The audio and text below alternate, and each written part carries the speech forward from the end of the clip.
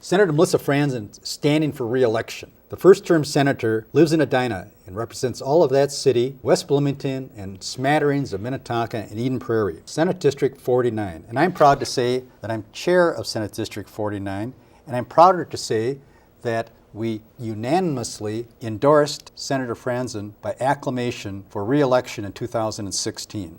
So you're coming back to walk the walk for 4 more years. Why'd you do it?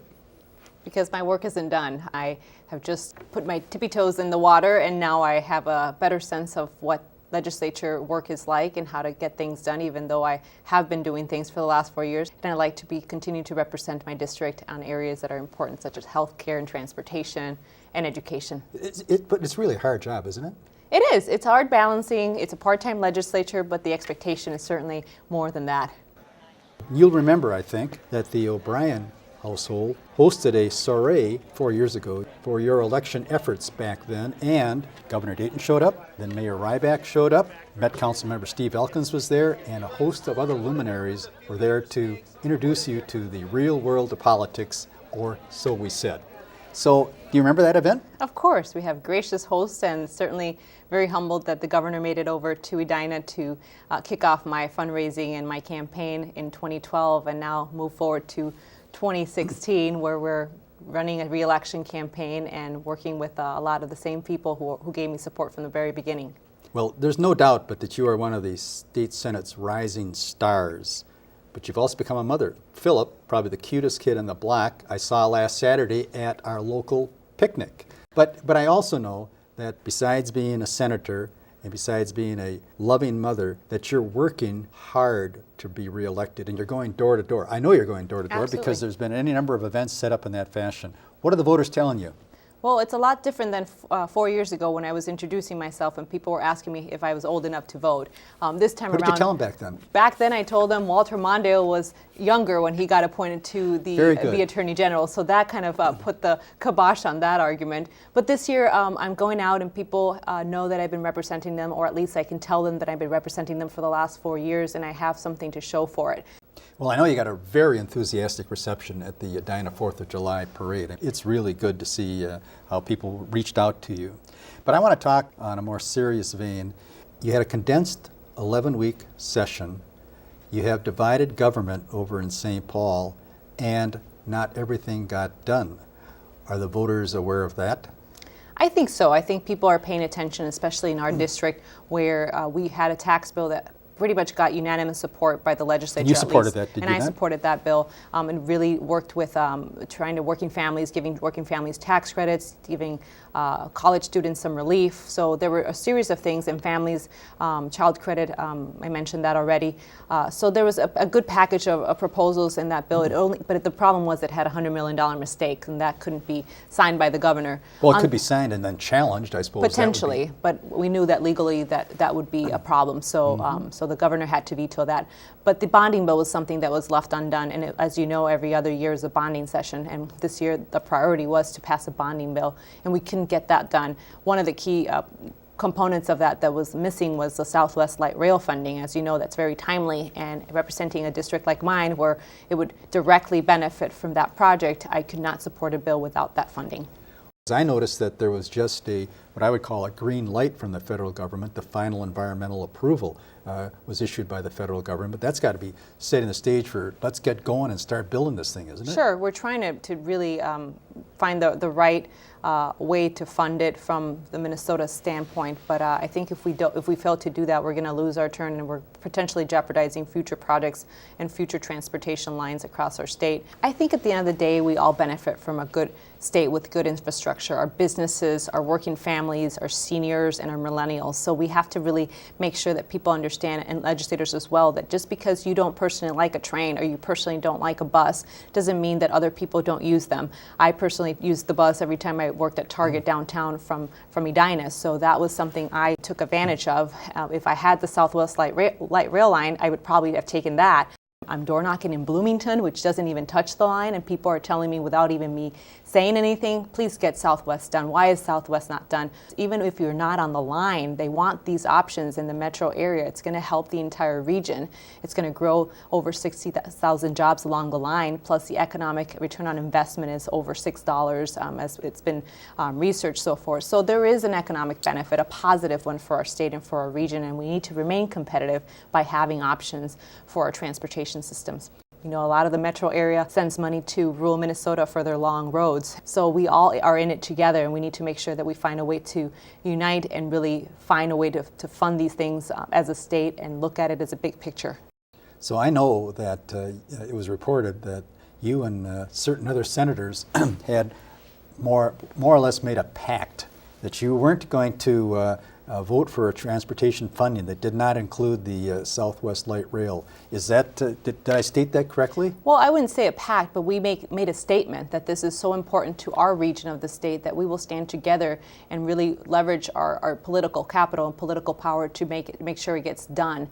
Certainly, other areas of the state need other infrastructure investments, and we support them too, but we are advocating for something that we want for our districts and our areas, but that would help the state as a whole. And I'm sure you're aware that our representative, Ron Earhart, is of the mind that to pass a bill, including funding for light rail transit, you have to put together a package that has elements that satisfy the needs, certain of the needs of outstate Minnesota, as well as the metropolitan necessity to embark upon light rail transit. And I assume that that's the same philosophy you would follow? Absolutely. We were both serving on the Transportation Conference Committee, so our district was well represented.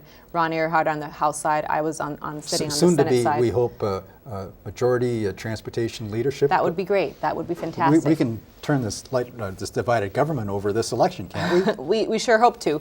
You know, transportation did not used to be so partisan. It used to be something that we all acknowledged as a state role, as a government role to fund roads and bridges. Sometimes people tell me, well, a train should be able to be able to fund itself or be able to be self-sustaining. We have a dedicated tax that goes straight to roads and bridges. That's how we pay for it. So exactly. This is the role of government. This is the essence of what we need to do and our responsibility. So we need to find a way to get it done. And we actually had a bipartisan compromise in that conference committee to get transportation dollars for all modes, bicycle, pedestrian, I mean, all of it.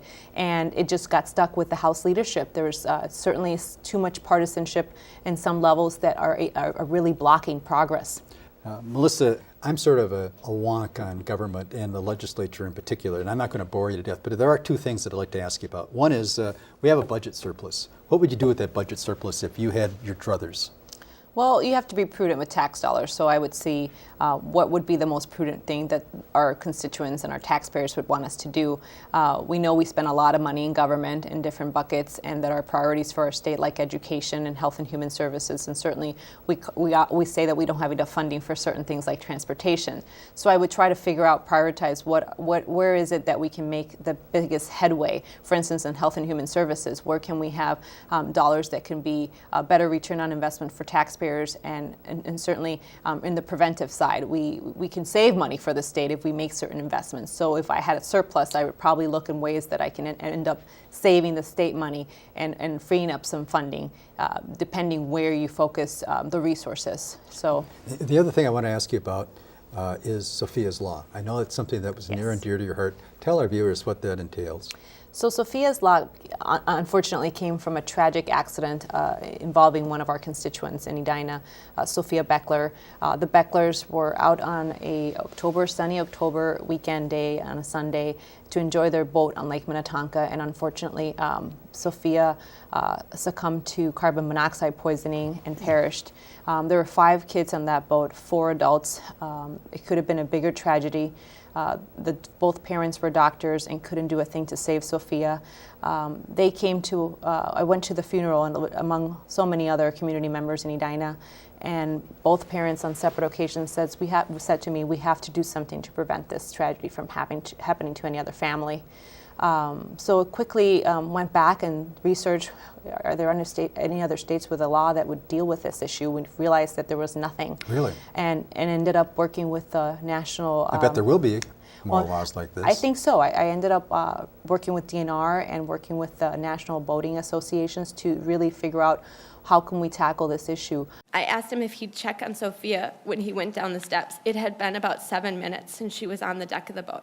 The next thing I heard was Ben screaming Sophia and carrying our lifeless baby girl. A lot of the new boats come with the carbon monoxide detectors anyway. This was targeting cabins and enclosed accommodations, so it's not just an open boat. Certainly carbon monoxide can still linger in open boat settings, but we wanted to tackle this particular issue, and a little simple regulation, if you will, a little simple step of just having a carbon monoxide detector could save your life because it can give you time to get treatment. Once it's too late, you can't go to a hyperbaric chamber like HCMC has to get treatment.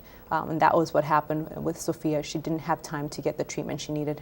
Well, it is a tragedy. And we're the first state in the country with this law now, so other states are looking at us now, and certainly it received some national attention. So I'm very proud of that, but I'm also proud of the parents who took their sorrow public to make this happen.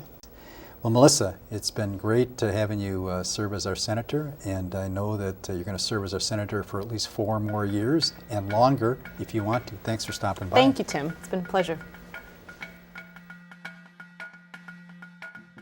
Democratic Visions is handcrafted by volunteers from Eden Prairie, Hopkins, Minnetonka, Edina, and Bloomington. Watch us on select cable systems and on our YouTube channel. This is Carol Sundstrom.